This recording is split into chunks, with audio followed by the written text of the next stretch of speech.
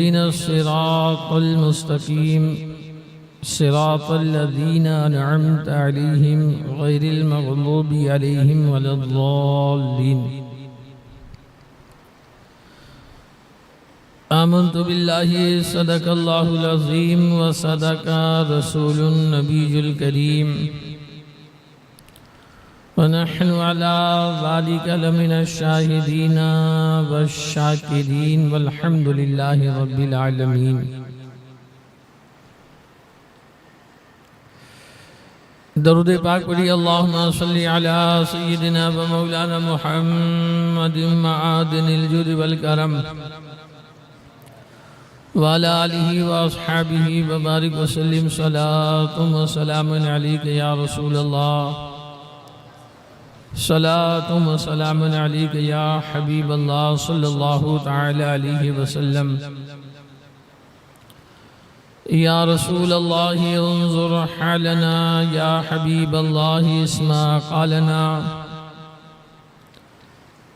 اننی فی بحر حم مغرق خذ یدی الساحل لنا اشکالنا.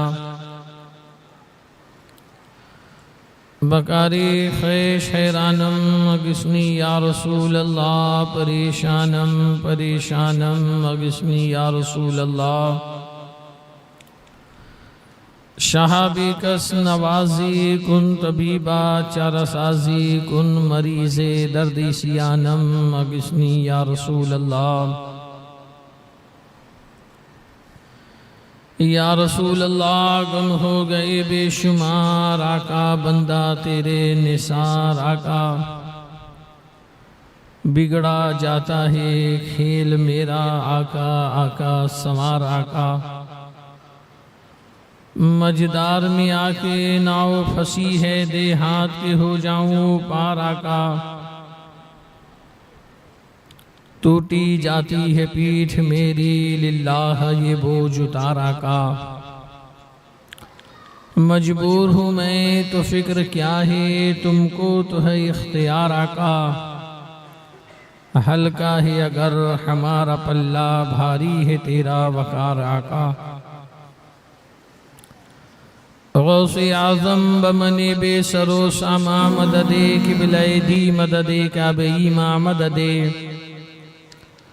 ما ہما محتاج تو حاجت روا المدد یا غوث اعظم سیدہ. مشکلات بے عدد داریں ما المدد یا غوث اعظم پیر امام. معینہ دستگیرہ بادشاہہ مرشدہ یا خواجہ بطفیل رحمت للعالمین چشم کرم برما.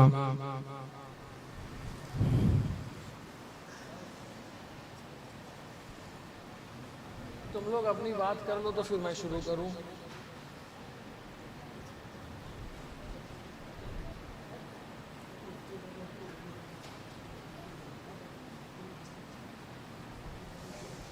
ادھر سامنے آؤ، یہاں سے اٹھ کے سب سامنے آؤ، ادھر سامنے آؤ.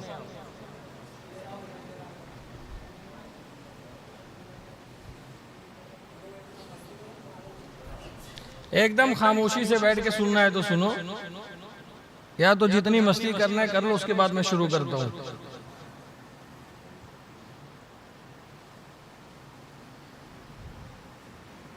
درود پاک پڑھے. اللہم صلی علی سیدنا و مولانا محمد معادن الجود والکرم وعلی آلہ واصحابہ وبارک وسلم. صلاة و سلام علیک یا رسول اللہ، صلاة و سلام علیک یا حبیب اللہ صلی اللہ تعالی علیہ وسلم. قرآن کریم کی سورہ فاتحہ جو ام الکتاب، فاتحۃ الکتاب، اور قرآن کریم میں سب سے پہلی سورت ہے، اس کی چند آیتوں کو میں نے تلاوت کیا. آج کی ہماری اور آپ کی چوتھی گفتگو ہے، اور حضور سیدنا خلیفہ سوم عثمان غنی رضی اللہ تعالی عنہ کی حیات طیبہ پر ہماری گفتگو ہے۔ کل ہم نے خلیفہ دوم حضرت عمر فاروق اعظم رضی اللہ تعالی عنہ کی سیرت، ان کے فضائل کو سنا۔ حضرت فاروق اعظم رضی اللہ تعالی عنہ حضرت امیر المؤمنین ابو بکر صدیق، عثمان غنی اور مولائے کائنات، یہ وہ مقدس اصحاب رسول ہیں جن کی اطاعت کا اللہ نے ہمیں حکم دیا۔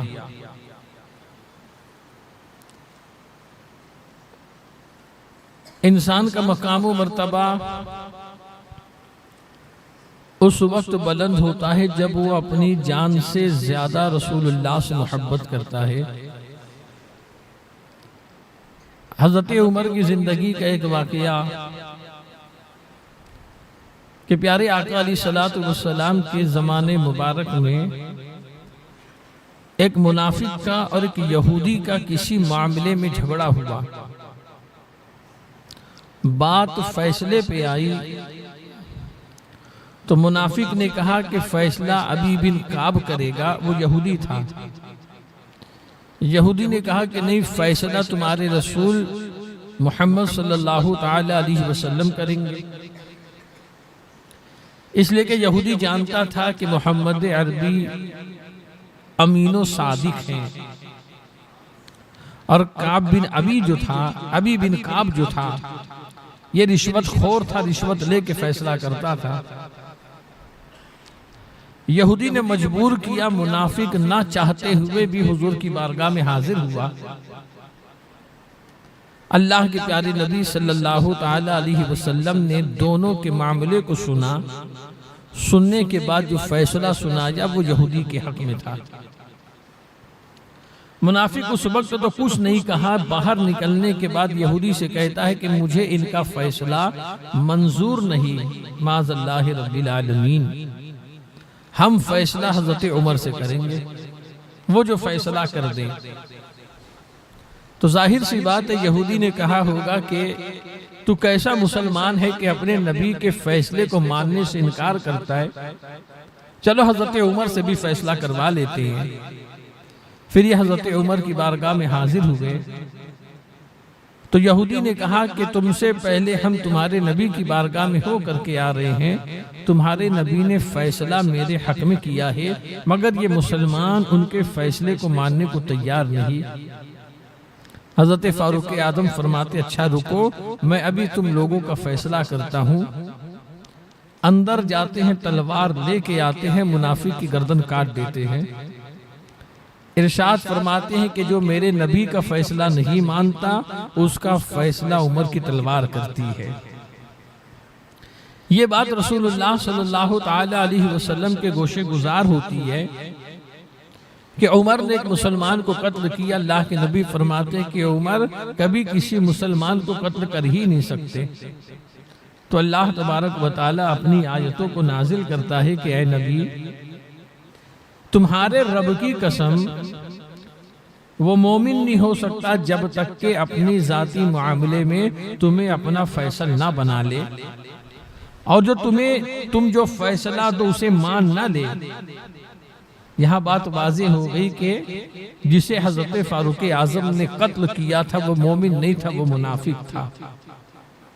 کل کی گفتگو میں حضرت فاروق اعظم کے ایمان لانے کا جو واقعہ میں نے عرض کیا تھا، تو دوران گفتگو مجھ سے یہ نکلا کہ حضرت فاروق اللہ کے نبی علیہ السلام مسجد نبوی سے باہر تشریف لائے۔ حضرت فاروق اعظم 40ویں نمبر پہ مسلمان ہوئے تھے، اور فاروق اعظم ہجرت سے پہلے مسلمان ہوئے، اور آپ مکہ المکرمہ میں مسلمان ہوئے تھے۔ کل دوران گفتگو وہ چیز میری زبان سے نکلی، بیرکیف مسلمانوں، حضرت فاروق اعظم کی شہادت کے بعد، شہادت کے واقعے کو بھی ہم نے سنا کہ شہادت سے پہلے، وصال سے پہلے آپ نے اپنے بیٹے حضرت عبداللہ کو جو وصیت فرمائی تھی کہ عبداللہ مجھے زیادہ میرے کفن میں اسراف نہ کرنا، 3 کپڑے میں مجھ کو کفن دینا۔ آپ کو فکر آخرت اتنی ہوا کرتی تھی کہ جب ماہ رمضان مکمل ہوتا، عید کا چاند نظر آتا، ایک مرتبہ صحابہ عید ملنے کے لیے گئے، حضرت فاروق اعظم زاؤ قطار رو رہے تھے، دروازہ بند کر کے صحابہ نے دستک دی، دروازہ کھولا، صحابہ نے عید ملنے کے بعد پوچھا امیر المومنین آج عید کا دن ہے، عید خوشی کا دن ہوتا ہے، رونے کی کیا وجہ ہے؟ تو حضرت فاروق اعظم ارشاد فرماتے ہیں ھذا یوم العید وھذا یوم الوعید، آج کا دن عید کا دن بھی ہے اور آج کا دن وعید کا دن بھی ہے۔ عید اس کی ہوگی جس کے روزے تراویح تلاوت کو اللہ نے قبول کیا۔ خشیت خدا بندی کا یہ عالم تھا کہ جب آپ کے سامنے تلاوت قرآن ہوتا اور ان آیتوں کو پڑھا جاتا جس میں اللہ سے ڈرنے کا حکم ہے تو زاؤ قطار رونے لگتے، جبکہ عشرہ مبشرہ کے صحابی ہیں۔ اللہ کے پیارے نبی صلی اللہ تعالی علیہ وسلم نے انہیں دنیا میں جنتی ہونے کی بشارت عطا فرمائی، مگر اللہ کی خشیت اتنی ہوتی تھی کہ آپ نے زمین سے تنکا اٹھا کے، جیسا کہ کل میں نے عرض کیا تھا، زمین سے تنکا اٹھا کے فرماتے کہ کاش میں کہ تنکا ہوتا، کوئی قابل ذکر چیز نہ ہوتا۔ تو وصال پر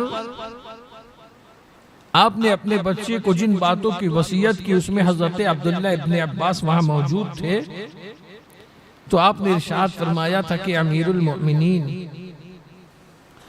آپ قیامت کی ہول ناکیہ زیادہ نہیں دیکھیں گے، آپ کو اس کا سامنا نہیں کرنا پڑے گا، اس لیے کہ آپ امین المؤمنین یعنی مسلمانوں کے امین ہیں، آپ سید المؤمنین ہیں، مسلمانوں کے سردار ہیں۔ آپ نے مسلمانوں کے درمیان عدل و انصاف قرآن و سنت کی روشنی میں کیا ہے۔ حضرت فاروق اعظم فرماتے ہیں کہ عبداللہ ابن عباس جو باتیں آپ مجھ سے کہہ رہے ہو، کیا کل قیامت کے دن خدا کے حضور بیان کرو گے، گواہی دو گے؟ آپ نے کہا ہاں میں گواہی دوں گا۔ آپ کے وصال کے بعد حضرت عبداللہ ابن عباس نے آپ کو خواب میں دے کے پوچھا کہ امیر المؤمنین اللہ نے آپ کے ساتھ کیا معاملہ کیا؟ تو حضرت فاروق اعظم ارشاد فرماتے ہیں میں نے اللہ کو بڑا رحیم پایا۔ حضرت فاروق اعظم رضی اللہ تعالیٰ عنہ کا عدل و انصاف وہ تھا کہ جب آپ زخمی ہوئے، خون بہت زیادہ بہنے لگا، تو صحابہ ایک طبیب کو لانے کے لیے گئے، ایک حکیم کو لانے کے لیے کہ چل کے امیر المؤمنین کی طبیعت کو دیکھو۔ وہ طبیب جب اپنے گھر سے حضرت فاروق اعظم کے مکان کی طرف چلا، راستے میں اس نے دیکھا کہ ایک بکری دوسرے کے چارے کو کھا رہی تھی، تو اس طبیب نے کہا کہ اب جا کے کوئی مطلب نہیں، امیر المؤمنین کا وصال ہو چکا ہے۔ صحابہ نے پوچھا تم کیسے جانتے ہو؟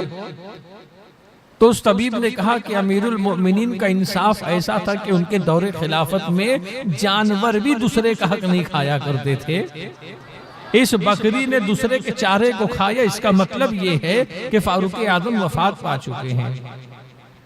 حضرت عمرو بن عاص اور حضرت خالد بن ولید کو کسرا کی طرف حضرت عمر فاروق اعظم نے بھیجا تھا جنگ کے لیے۔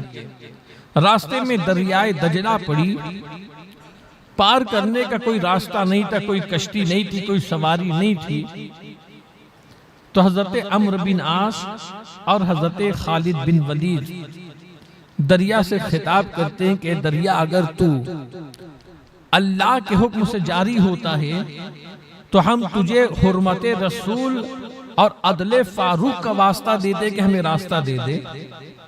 اتنا کہہ کے یہ مقدس صحابہ اپنے گھوڑے کو دریا میں ڈال دیتے ہیں اور تمام صحابہ ان کے پیچھے دریا کو پار کرتے ہیں۔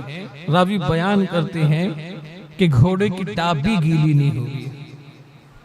اسی چیز کو اقبال نے کہا تھا کہ دست تو دست ہے دریا بھی نہ چھوڑے ہم نے، بحر ظلمات میں دوڑا دیے گھوڑے ہم نے۔ میں نے جو قرآن پاک کی آیت کو تلاوت کیا جو سورہ فاتحہ کی آیات ہے، اے اللہ ہمیں سیدھا راستہ چلا، راستہ ان کا جن پر تو نے انعام کیا، نہ کہ ان کا جن پر تیرا غضب ہوا اور گمراہوں کا۔ پھر اسی ایک آیت کو سمجھنے کے لیے کہ انسان کیسے سمجھے انعام یافتہ بندے کون ہیں، تو دوسری آیت من یؤتی اللہ ورسولہ مع الذین علیہم انعم اللہ من النبیین والصدیقین والشہداء والصالحین وحسن اولئک رفیقا، کہ جو اللہ کی اطاعت کرتے ہیں، اس کے نبی کی اطاعت کرتے ہیں، یہ ان لوگوں کے ساتھ ہوں گے جن پر اللہ نے انعام کیا۔ اللہ کا انعام انبیاء کی جماعت پر، صدیقین کی جماعت پر، شہداء اور صالحین کی جماعت پر ہوا۔ وَحَسُنَ أُولَئِكَ رَفِيقًا، یہ کیا ہی بہترین ساتھی ہیں، کتنے اچھے دوست ہیں۔ پھر ایک آیت اور وَإِذَا قِيلَ لَهُمْ آمِنُوا كَمَا آمَنَ النَّاسُ، اے لوگو ایمان لاؤ جیسا کہ ایمان لانے والوں نے لایا۔ اس سے مراد خلفائے راشدین ہیں۔ ہم نے حضرت ابو بکر صدیق کے فضائل و مناقب کو سنا، ہم نے حضرت عمر رضی اللہ تعالیٰ عنہ کے مناقب اور ان کے فضائل کو سنا۔ اب آئیے دیکھیے حضرت عثمان غنی خلیفہ سوم ذو النورین رضی اللہ تعالیٰ عنہ۔ حضرت عثمان غنی کا نام عثمان ہے، ابو عمر آپ کی کنیت ہے۔ حضرت ابو بکر صدیق کی تبلیغ سے آپ دامن اسلام میں آئے۔ جب آپ دامن اسلام میں آئے، مسلمان ہوئے، تو آپ کا چچا آپ کو ایک کمرے کے اندر، ایک حجرے کے اندر قید کیا اور اس نے کہا کہ عثمان تم اپنے آبائی مذہب کو تم نے چھوڑ دیا ہے، ایک نئے مذہب کو تم نے قبول کیا، جب تک کہ تم اس نئے مذہب کو چھوڑو گے نہیں میں تمہیں رہا نہیں کروں گا۔ وہ ظلم کرتا، زیادتی کرتا۔ حضرت عثمان غنی فرماتے کہ چچا میں اب دامن اسلام کو کبھی چھوڑنے والا نہیں، میں اس کے اوپر قائم رہوں گا۔ آپ کی استقامت دیکھ کر کے چچا نے آپ کو چھوڑ دیا۔ حضرت عثمان غنی وہ صحابی رسول اللہ کے کہ حضرت مولا کائنات رضی اللہ تعالیٰ عنہ ارشاد فرماتے ہیں کہ میں نے خود سنا اللہ کے پیارے رسول صلی اللہ تعالیٰ علیہ وسلم حضرت عثمان غنی سے فرماتے کہ عثمان اگر اللہ مجھے 40 لڑکیاں عطا فرماتا، یکے بعد دیگرے میں سب کو تمہارے نکاح میں دے دیتا۔ ایک روایت میں آیا کہ اگر 100 لڑکیاں عطا فرماتا تو یکے بعد دیگرے میں کو تمہارے نکاح میں دے دیتا۔ ہر صحابی اپنی اپنی فضیلت کا مالک ہے، مگر تمام صحابہ کے اندر خلفائے راشدین کا مقام سب سے اونچا ہے۔ خلفائے راشدین میں پہلے حضرت ابو بکر ہیں، پھر حضرت عمر ہیں، پھر حضرت عثمان غنی ہیں۔ حضرت عثمان غنی کو جو مقام حاصل ہے، حضرت عثمان غنی کے نکاح میں پہلے نبی پاک صلی اللہ تعالیٰ علیہ وسلم کی بیٹی حضرت رقیہ تھی۔ حضرت رقیہ کے وصال پر آپ کو رنج ہوا تو اللہ کے نبی صلی اللہ تعالیٰ علیہ وسلم نے اپنی دوسری بیٹی حضرت کلثوم کو بھی آپ کے نکاح میں دے دیا۔ حضرت عثمان غنی کا یہ مقام ہے کہ آپ بدر کے میدان میں تھے نہیں، مگر شرکائے بدر میں آپ کا نام شامل ہے اور مال غنیمت میں سے آپ کو حصہ بھی دیا گیا۔ حدیبیہ میں آپ حاضر نہیں تھے، مگر بیت رضوان کے صحابہ میں بھی آپ شامل ہے۔ ابھی آگے وہ بات آئے گی تو میں عرض کروں کروں گا۔ آپ کی فضیلت میں قرآنی آیات بھی ہے، حدیث طیبات بھی ہے، اور حضرت ابو ہریرہ رضی اللہ تعالی عنہ ارشاد فرماتے ہیں کہ عثمان غنی وہ ہیں جنہوں نے 2 مرتبہ رسول اللہ صلی اللہ تعالی علیہ وسلم کے دستے کرم سے جنت کو خریدا ہے۔ اللہ کے نبی صلی اللہ تعالی علیہ وسلم نے حضرت عثمان غنی کے تعلق سے ارشاد فرمایا کہ جنت میں ہر نبی کا ایک ساتھی ہوتا ہے، ہر نبی کا ایک رفیق و دوست ہوتا ہے، میرا رفیق و دوست جنت میں عثمان غنی ہوں گے۔ حضرت عثمان غنی وہ صحابی ہیں مسلمانوں کہ جن کے تعلق سے نبی رحمت صلی اللہ تعالی علیہ وسلم فرماتے ہیں کہ میری امت کا سب سے زیادہ حیادار اور کریم آدمی عثمان غنی ہیں۔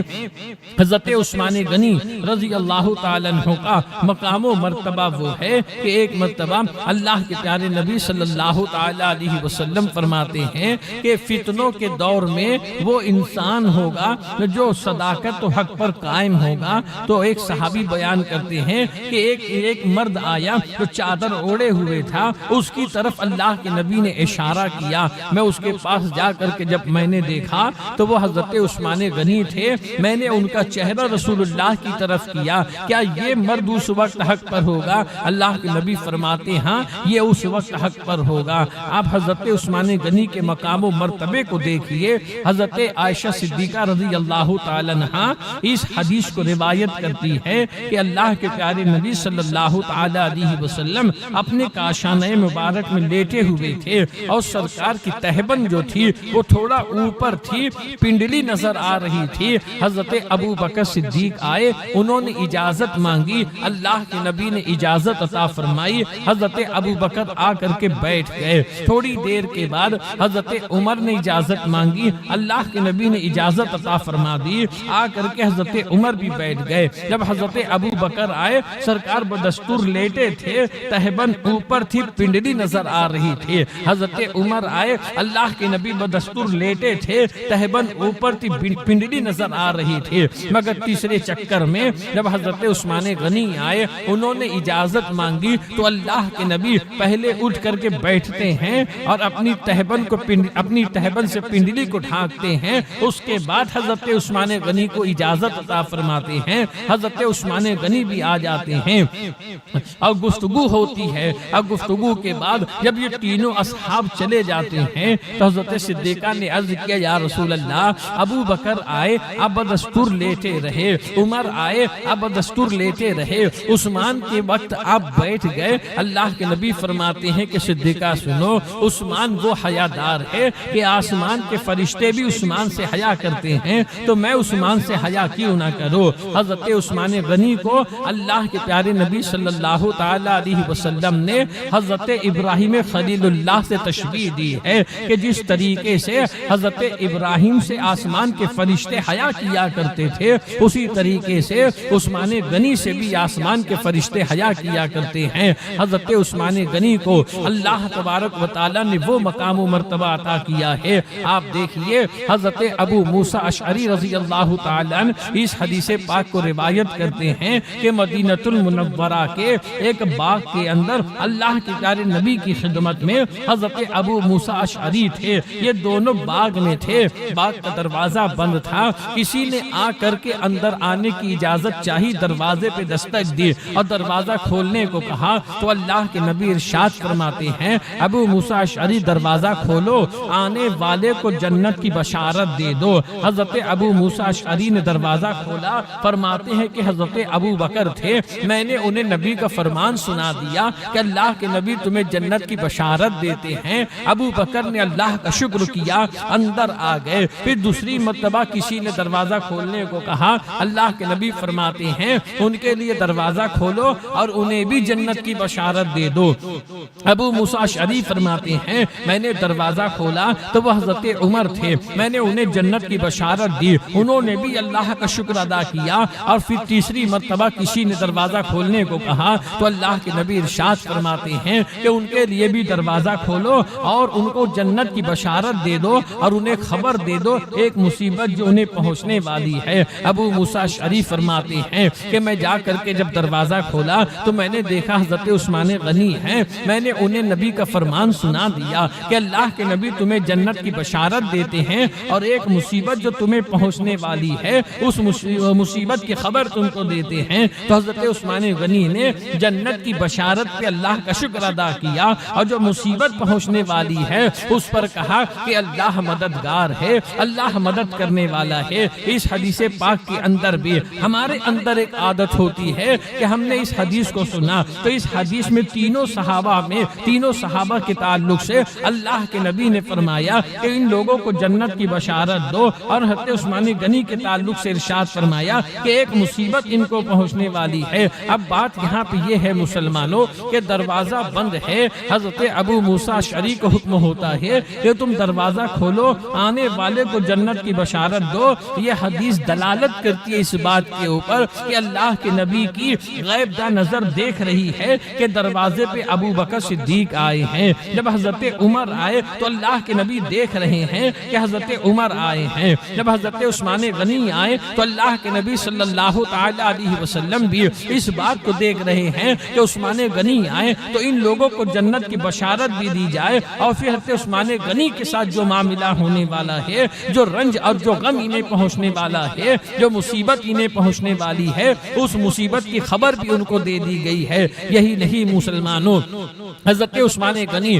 رضی اللہ تعالیٰ عنہ کا مقام و مرتبہ یہ بہت اونچا جو حدیث طیبات کے اندر آیا ہے۔ اللہ کے پیارے نبی صلی اللہ تعالیٰ علیہ وسلم فرماتے ہیں، عبداللہ ابن عمر غالباً اس حدیث کو روایت کرتے ہیں، اللہ کے نبی فرماتے ہیں کہ قیامت کے دن 70,000 لوگوں کی شفاعت سے 70,000 لوگوں کو حضرت عثمان غنی کی شفاعت سے اللہ تعالیٰ بخش دے گا، ایسے لوگوں کو جن پر جہنم واجب ہو چکا ہوگا، بے حساب بلا حساب اللہ تبارک و تعالیٰ ان لوگوں کو جنت عطا فرمائے گا جن پر آنکھ واجب ہو چکی ہوگی، جن پر جہنم واجب ہو چکا ہوگا۔ یہ حضرت عثمان غنی رضی اللہ تعالیٰ عنہ کا مقام و مرتبہ ہے۔ جنگ تبوک کے موقع پر جب اللہ کے نبی صلی اللہ تعالیٰ علیہ وسلم نے اپنے اصحاب کو حکم دیا تھا کہ اے لوگوں اپنے اموال کے ذریعے دین خدا کی مدد کرو، اپنے مالوں کے ذریعے دین خدا کی مدد کرو، صحابہ نے سب نے اپنی اپنی خدمت نبی کی بارگاہ میں پیش کی ہے۔ جب اللہ کے نبی اپنے اصحاب کو جوش دلا رہے تھے راہ خدا میں مال خرچ کرنے کے لیے تو حضرت عثمان غنی کھڑے ہوتے ہیں، عرض کرتے ہیں یا رسول اللہ 100 اونٹ ماں ساز و سامان کے میں راہ خدا میں دیتا ہوں۔ اللہ کے نبی علیہ الصلوۃ والسلام پھر اپنے صحابہ سے خطاب فرماتے ہیں اور انہیں ترغیب دیتے ہیں کہ اپنے اموال کے ذریعے راہ خدا میں اور دین خدا کی مدد کرو۔ پھر حضرت عثمان غنی کھڑے ہوتے ہیں، عرض کرتے ہیں یا رسول اللہ 200 اونٹ ماں ساز و سامان کے میں راہ خدا میں دیتا ہوں۔ پھر اللہ کے نبی صلی اللہ تعالی علیہ وسلم اپنے اصحاب کو راہ خدا میں خرچ کرنے کی اور دین خدا کی مدد کرنے کی ترغیب دلاتے ہیں تو حضرت عثمان غنی عرض کرتے یا رسول اللہ 300 اونٹ ماں ساز و سامان کے میں راہ خدا میں خرچ کرتا ہوں اور 1000 دینار یہ میرے ذمے ہے، میں راہ خدا میں دوں گا۔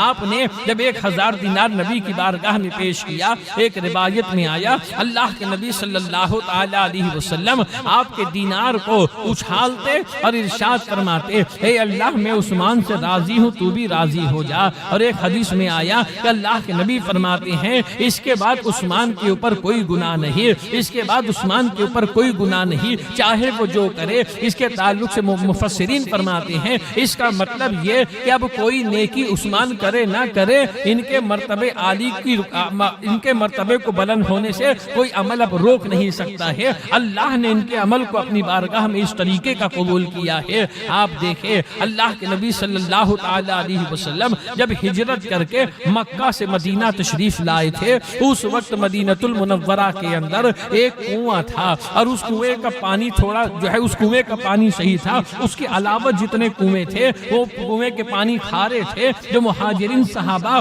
اس کنویں کے پانی کو پی نہیں پاتے تھے۔ اب وہ کنواں جو یہودی کا تھا، بیر روما جسے کہا جاتا ہے، وہ قیمتاً جو ہے پانی بیچا کرتا تھا۔ اللہ کے نبی صلی اللہ تعالی علیہ وسلم اس کنویں کے مالک سے فرماتے ہیں کہ اس کنویں کو جنت کے چشمے کے بدلے مجھے بیچ دو، یہ مجھے بیچو، اس کے بدلے میں تمہیں جنت کا چشمہ عطا فرما دوں گا۔ تو وہ کہتا کہ یا رسول اللہ یہ ایک کنواں ہے جو میری معاش کا ذریعہ ہے، میری آمدنی کا ذریعہ ہے، اس سے جو آمدنی ہوتی ہے اسی سے میں اپنا گزر بسر کیا کرتا ہوں۔ اب یہ بات حضرت عثمان غنی کے کانوں تک پہنچتی ہے۔ حضرت عثمان غنی 35,000 دینار دے کر کے اس کنویں کو خرید لیتے ہیں۔ کنویں کو خریدنے کے بعد نبی رحمت صلی اللہ علیہ وسلم کی بارگاہ میں حاضر ہوتے ہیں، عرض کرتے یا رسول اللہ جنت کا چشمہ آپ مجھے بیچیں گے اس کنویں کے بدلے میں؟ اگر وہ کنواں خرید کر کے میں مسلمانوں کے لیے وقف کر دوں؟ اللہ کے نبی فرماتے ہاں بیچوں گا۔ تو عرض کرتے یا رسول اللہ اس کنویں کو میں نے خریدا ہے اور مسلمانوں کے لیے میں اس کنویں کو وقف کر دیتا ہوں۔ اس طریقے سے 2 مرتبہ حضرت عثمان غنی رضی اللہ تعالیٰ عنہ نے نبی رحمت صلی اللہ تعالیٰ علیہ وسلم کے دستے کرم سے جنت کو خریدا ہے۔ آپ کا ایک مقام یہ بھی ہے کہ آپ صاحب ہجرتین ہیں، آپ نے 2 مرتبہ ہجرت کی ہے۔ ایک مرتبہ آپ ہجرت کرتے ہیں حبشہ کی طرف اور حبشہ میں کچھ دن رہنے کے بعد آپ واپس مدینہ آتے ہیں، اور دوسری مرتبہ آپ ہجرت فرماتے ہیں تو مکہ المکرمہ سے مدینہ کی طرف آپ ہجرت فرما لیتے ہیں۔ اس لیے آپ کو صاحب ہجرتین کہا جاتا ہے۔ تمام صحابہ کے اندر آپ کو ایک امتیازی مقام یہ حاصل ہے کہ آپ کے نکاح میں نبی رحمت صلی اللہ علیہ وسلم کی 2 بیٹیاں تھیں۔ پہلے حضرت رقیہ تھی، آپ کے وصال کے بعد حضرت کلثوم کے ساتھ آپ کا نکاح ہوا، اسی لیے آپ کو ذوالنورین کہا جاتا ہے۔ اور کسی حضرت آدم علیہ السلام کے زمانے سے لے کر کے مصطفیٰ پیارے صلی اللہ علیہ وسلم کے زمانے تک کے کسی کو بھی یہ شرف حاصل نہیں ہوا کہ اس کے نکاح میں کسی نبی کی 2 بیٹی آ جائے۔ یہ تنہا حضرت عثمان غنی کا نصیبہ تھا، یہ تنہا حضرت عثمان غنی کا حق تھا کہ آپ کے نکاح میں نبی رحمت صلی اللہ علیہ وسلم نے اپنی 2 بیٹیاں یکے بعد دیگرے عطا فرما دی تھی، اور اس بات کی بشارت عطا فرمائی تھی کہ اگر اللہ تبارک و تعالی مجھے 40 بیٹیاں عطا فرماتا یا 100 بیٹیاں عطا فرماتا تو یکے بعد دیگرے میں سب تمہارے نکاح کے اندر دے دیتا۔ حضرت عثمان غنی رضی اللہ تعالیٰ وہ حیادار انسان تھے مسلمانوں کہ آپ اپنا داہنا ہاتھ کبھی اپنی شرمگاہ تک کے لے کر کے نہیں جایا کرتے تھے۔ لوگوں نے اس کی وجہ پوچھی تو ارشاد فرماتے ہیں کہ جب سے میں نے اپنے اس ہاتھ سے رسول اللہ کے دستے مبارک پہ بیعت کی ہے اس وقت سے لے کر کے اب تک کہ میں اپنے داہنے ہاتھ سے اپنی شرمگاہ کی طرف نہیں لے جاتا، اور داہنے ہاتھ سے میں کبھی استنجا نہیں کیا کرتا تھا۔ حضرت عثمان غنی کا ایک مقام یہ کہ جب اللہ کے پیارے نبی صلی اللہ علیہ وسلم مکہ المکرمہ حاضر ہوئے تھے صلح حدیبیہ کے بعد، جب اللہ کے پیارے نبی صلی اللہ علیہ وسلم مکہ حاضر ہو رہے تھے عمرہ کرنے کی نیت سے، حدیبیہ پہ پہنچ کر کے اللہ کے نبی نے قیام کیا۔ قیام کرنے کے بعد حضرت عثمان غنی کو اپنا سفیر بنا کر کے آپ نے مکہ بھیجا تھا کہ جا کے قریش مکہ سے کہنا کہ ہمارا کوئی جنگ کا ارادہ نہیں، محض ہم بیت اللہ کی زیارت کے لیے آئے ہیں، ہم طواف کعبہ کریں گے، اپنا عمرہ ادا کر کے ہم چلے جائیں گے، فقط عمرے کی نیت سے ہم آئے ہیں۔ حضرت عثمان غنی جب حدیبیہ سے مکہ آتے ہیں اللہ کے نبی صلی اللہ علیہ وسلم نے ایک بات اور فرمائی تھی کہ مکہ میں جو مسلمان ہیں جو کمزور ہیں انہیں بشارت دے دینا کہ ان قریب مکہ فتح ہونے والا ہے اور اللہ تبارک و تعالی مسلمانوں کے ہاتھ میں مکہ دے دے گا۔ حضرت عثمان غنی مکہ حاضر ہوتے ہیں، قریش مکہ کو جمع کر کے رسول اللہ صلی اللہ علیہ وسلم کا یہ فرمان سناتے ہیں کہ اللہ کے نبی نے ارشاد فرمایا کہ ہم طواف کعبہ کریں گے، اپنا عمرہ کر کے چلے جائیں گے، ہم کسی جنگ کے ارادے سے نہیں آئے ہیں۔ تو کفار مکہ قریش مکہ کہتے کہ عثمان تم آ گئے ہو، تمہارے ہمارے تعلقات ہیں، اس لیے ہم تمہیں طواف کعبہ کی اجازت دیتے ہیں، مگر محمد کو ہم آنے کی اجازت نہیں دیں گے، تم چاہو تو کعبے کا طواف کر لو۔ تو حضرت عثمان غنی ارشاد فرماتے ہیں کہ میں اپنے نبی کے بغیر کعبے کا طواف ہرگز نہیں کروں گا، ان کے بغیر میں کعبے کا طواف نہیں کروں گا۔ اس کے بعد آپ جا کر کے مکے کے مسلمانوں سے مل کر کے مکے کی فتح کی بشارت سناتے ہیں۔ اب آنے میں تھوڑی تاخیر ہو جاتی ہے، آنے میں تھوڑی دیر ہو جاتی ہے۔ حدیبیہ میں جو صحابہ تھے اب صحابہ آپس میں گفتگو کرنے لگتے ہیں کہ عثمان کتنے خوش نصیب ہے کہ یہ کعبے کے سامنے ہوں گے، یہ تو کعبے کا طواف کر لیں گے۔ اللہ کے نبی فرماتے ہیں کہ عثمان میرے بغیر کعبے کا طواف ہرگز نہیں کرے گا۔ پھر تھوڑی دیر کے بعد یہ خبر پھیلتی ہے کہ قریش مکہ نے حضرت عثمان غنی کو شہید کر دیا۔ جب یہ خبر پھیلی تو اللہ کے پیارے رسول صلی اللہ علیہ وسلم اب بیت رضوان لے دیتے ہیں، ایک درخت کے نیچے تمام صحابہ سے بیعت لیتے ہیں اس بات کی کہ ہم عثمان کے خون کا بدلہ لیں گے، مگر آپ دیکھیے تمام صحابہ آ کر کے حضرت نبی رحمت صلی اللہ تعالی علیہ وسلم کے دستے مبارک پہ بیعت کرتے ہیں۔ جب سب بیعت کر لیتے ہیں تو اللہ کے نبی صلی اللہ تعالی علیہ وسلم اپنے بائیں ہاتھ کی طرف اشارہ فرماتے ہیں، ارشاد فرماتے ہیں یہ ہاتھ عثمان کا ہے، اور پھر اپنے داہنے ہاتھ کی طرف اشارہ فرماتے ہیں اور فرماتے ہیں یہ ہاتھ محمد مصطفیٰ کا ہے۔ اپنے بائیں ہاتھ کو دائیں ہاتھ میں لے کر کے اللہ کے نبی فرماتے ہیں کہ میں عثمان کی بیعت لے رہا ہوں، میں عثمان کی بیعت لے رہا ہوں۔ یہاں مفسرین فرماتے ہیں کہ اللہ کے نبی صلی اللہ تعالی علیہ وسلم نے حضرت عثمان کی بیعت لے کر کے اس بات کو واضح کر دیا تھا، اے میرے صحابہ تمہیں یہ خبر ہے کہ عثمان کو شہید کر دیا گیا ہے، مگر میری نظر یہ دیکھ رہی ہے کہ عثمان صحیح سلامت ہے، انہیں شہید نہیں کیا گیا ہے۔ پھر جب انہیں شہید نہیں کیا گیا تو اللہ کے نبی صلی اللہ تعالی علیہ وسلم نے اپنے اصحاب سے بیعت کیوں لی؟ تو اس کے اندر حکمت یہ ہو سکتی ہے مسلمانوں کہ حضرت عثمان غنی کا مقام بتانا مقصد ہے کہ اللہ کے نبی صلی اللہ تعالی علیہ وسلم نے اپنے دستے مبارک کو کہا کہ یہ میرا ہاتھ عثمان کا ہاتھ ہے، میں عثمان کی بیعت لے رہا ہوں۔ اور نبی رحمت صلی اللہ تعالی علیہ وسلم کی نگاہ رحمت یہ دیکھ رہی تھی کہ ایک وقت ایسا آنے والا ہے کہ حضرت ابو بکر وفات پا جائیں گے، عمر شہید ہو جائیں گے، جب عثمان کا زمانہ آئے گا تو حضرت عثمان غنی یہ قرآن کو جمع کریں گے۔ اسی لیے جامع القرآن آپ کا لقب ہے کہ آپ نے قرآن کو جمع کیا اور قرأت کے اختلاف کو آپ نے ختم کیا۔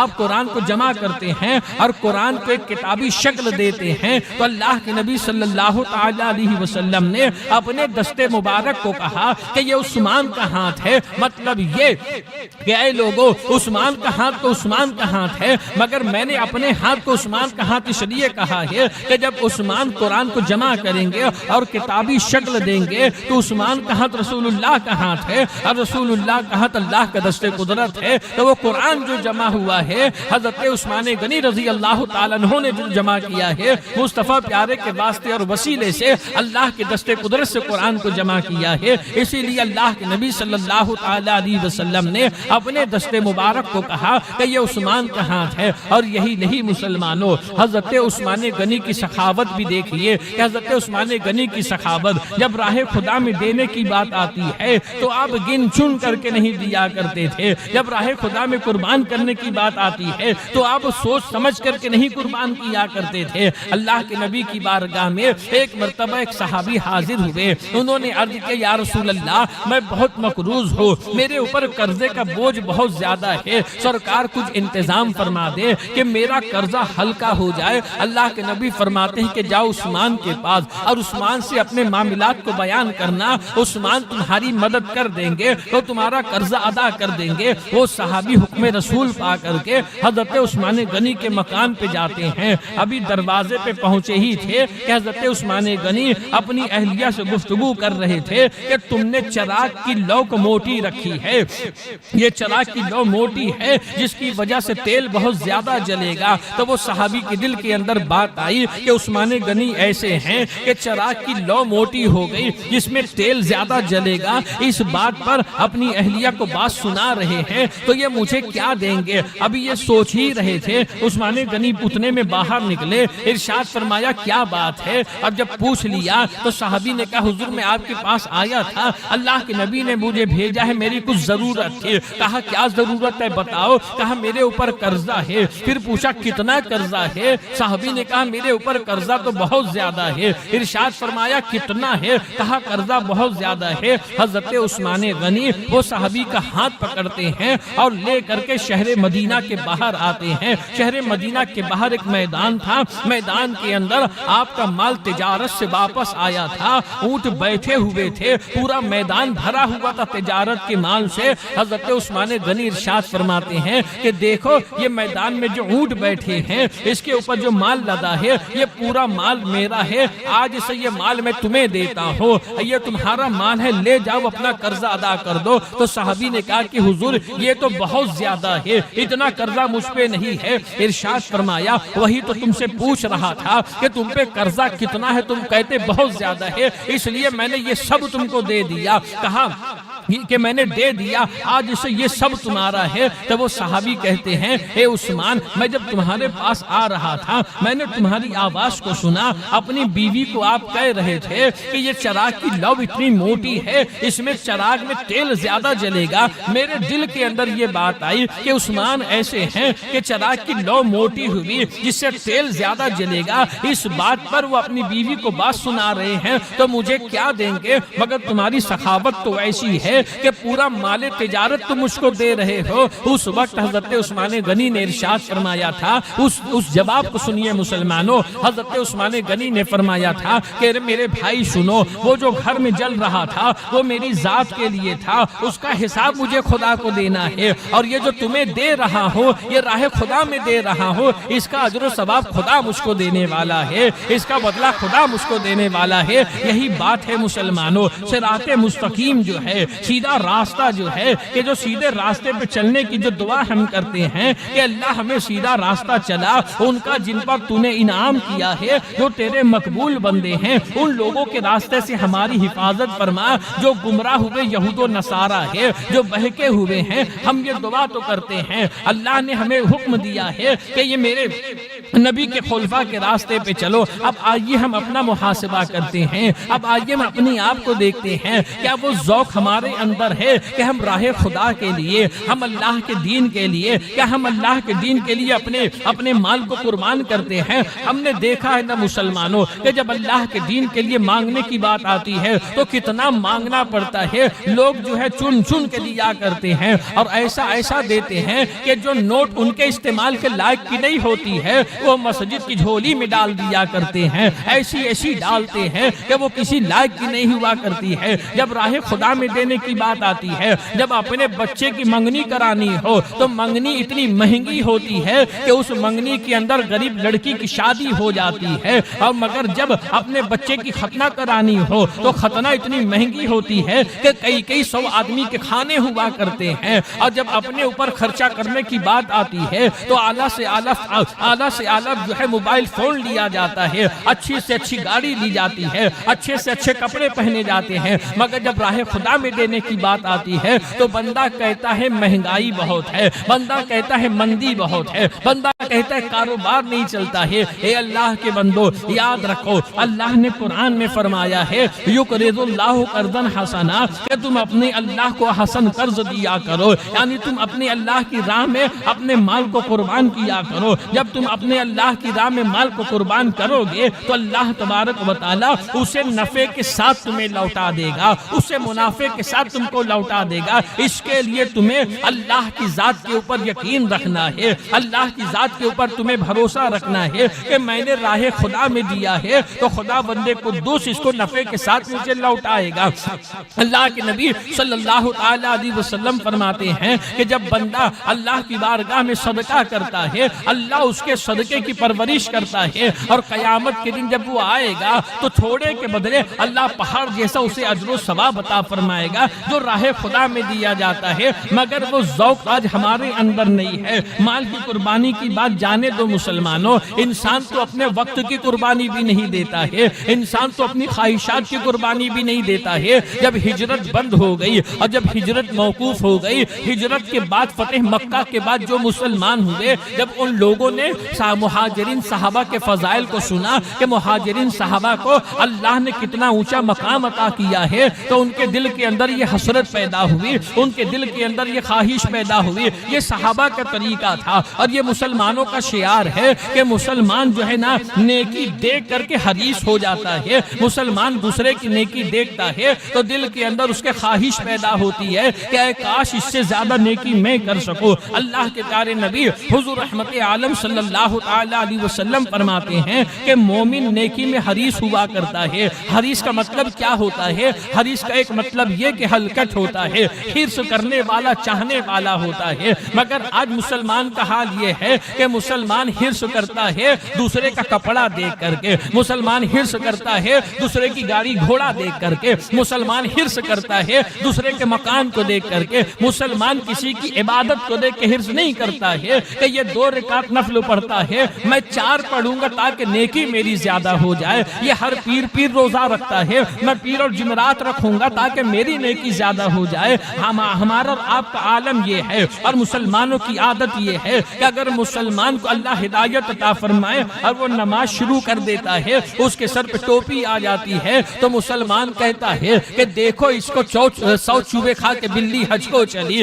وہ یہ نہیں دیکھتا ہے ارے 100 کھانے کے بعد اللہ نے اس کو ہدایت عطا فرما دی. اللہ غفور الرحیم ہے, 1000 چوہا کھانے والے کو بھی وہ معاف کر سکتا ہے, ابھی تو اس نے 100 ہی کھایا ہے. پھر ہمیں کیا حق پہنچتا ہے مسلمانوں کسی دوسرے مسلمان کی نماز کے اوپر اعتراض کرنے کا؟ ہمیں کیا حق پہنچتا ہے مسلمانوں کسی بندے کی عبادت کے اوپر اعتراض کرنے کا؟ ہمیں تو اپنا محاسبہ کرنا چاہیے, ہمیں تو اپنا محاسبہ کرنا چاہیے. ایک بزرگ تھے غالباً حضرت عبداللہ ابن مبارک رضی اللہ تعالیٰ اپنے بیٹے کو لے کر کے یہ تہجد کے وقت چلے نماز پڑھنے کے لیے, تہجد کی نماز پڑھنے کے لیے. تہجد کی نماز ادا کرنے کے بعد آپ کے بیٹے نے بچپنے کے عالم میں آپ کے بیٹے نے کہا کہ ابو دنیا والے کیسے ہیں, ہم تہجد پڑھنے آ گئے, دنیا والے تو سوئے ہیں. تو حضرت عبداللہ ابن مبارک فرماتے بیٹا اگر تو بھی سویا رہتا تو بہت اچھا رہتا, اگر تو تجھ کو لاتا نہیں تو بہت اچھا رہتا. مطلب کیا ہے کہ تو نماز پڑھ کے اپنے آپ کو بہت اچھا سمجھ رہا ہے کہ تو نے تہجد پڑھ لی ہے. اے بچے یاد رکھ,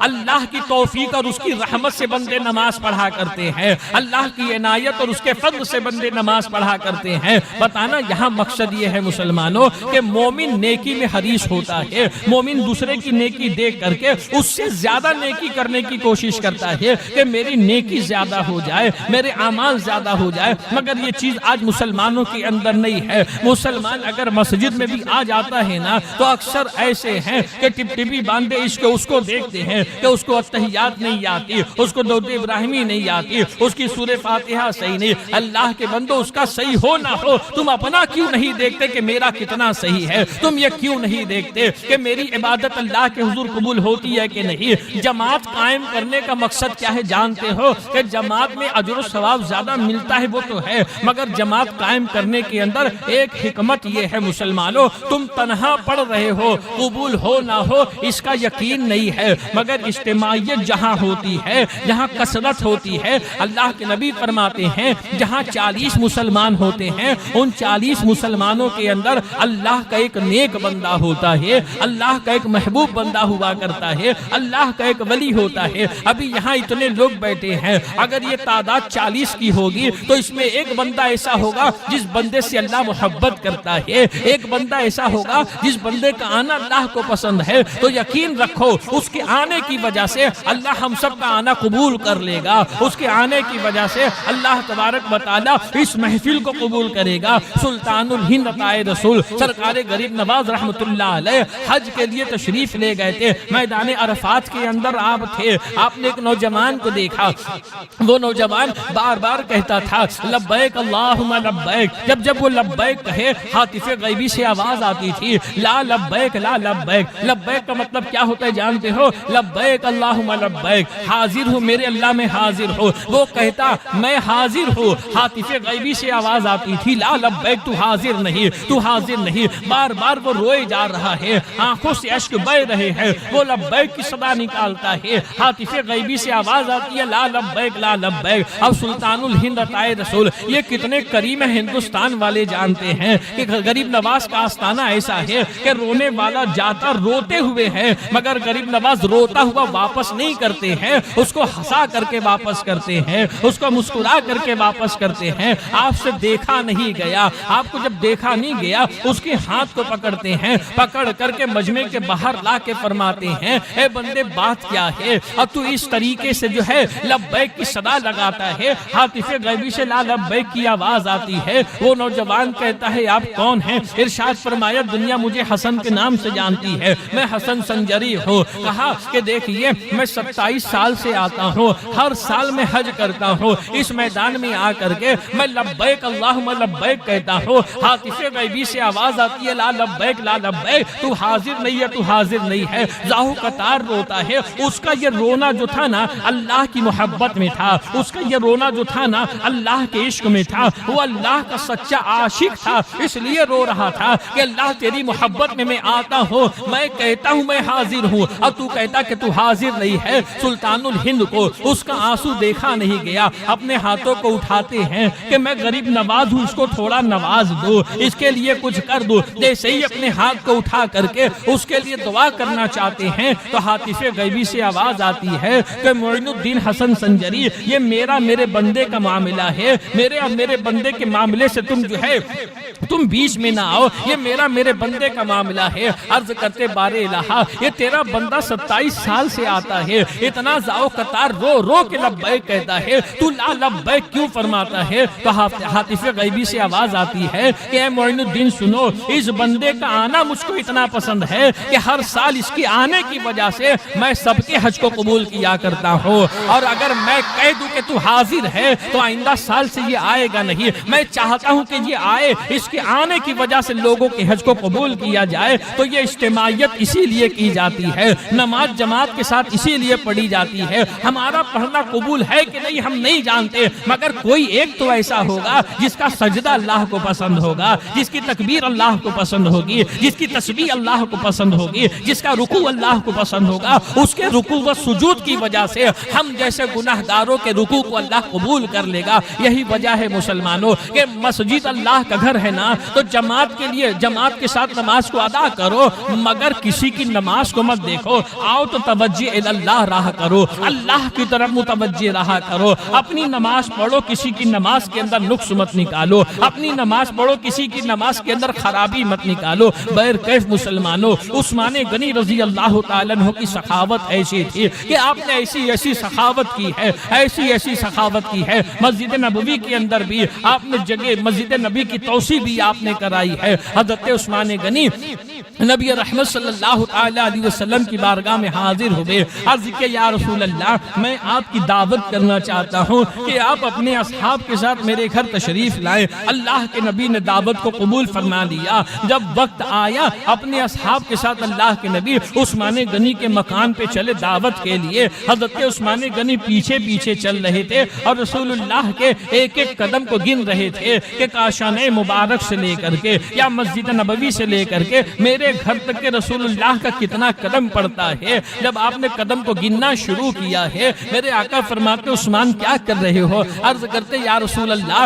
میں آپ کے قدم پاک کو گن رہا ہوں کہ آپ کا قدم میرے گھر تک کے کتنا پڑتا ہے۔ میں آپ کی تعظیم کے لیے، آپ کی توقیر کے لیے اتنے غلام کو میں آزاد کرنا چاہتا ہوں کہ جتنا قدم آپ مسجد نبوی سے یا اپنے کاشانہ مبارک سے میرے گھر تک کے چل کے آئیں گے، ہر قدم کے بدلے میں ایک ایک غلام کو آزاد کروں گا۔ یہ کیا ہے؟ یہ تعظیم رسول ہے، یہ کیا ہے؟ یہ توقیر رسول ہے۔ یہاں سے یہ بات واضح ہوتی ہے مسلمانوں کہ نبی کی تعظیم کے لیے میلاد پر جو پیسہ خرچہ کرتے ہو نا، یہ عثمان غنی کا طریقہ ہے۔ تم پیسہ خرچہ کرتے ہو، عثمان غنی نے تو غلاموں کو آزاد کیا تھا۔ کس کے قدموں پہ؟ رسول اللہ کے قدموں پہ۔ جب قدم رسول کی بات آتی ہے نا مسلمانوں، تو مجھ کو اعلیٰ حضرت کا وہ شعر یاد آتا ہے جو سرکار اعلیٰ حضرت نے فرمایا، اور بار بار میں اکثر تقریروں میں یہ شعر کہا کرتا ہوں کہ ذرے جھڑ کر تیری پیزاروں کے تاج سر بنتے ہیں سیاروں کے، کہ یا رسول اللہ یہ قدم پاک تو بہت اونچا ہے مسلمانوں۔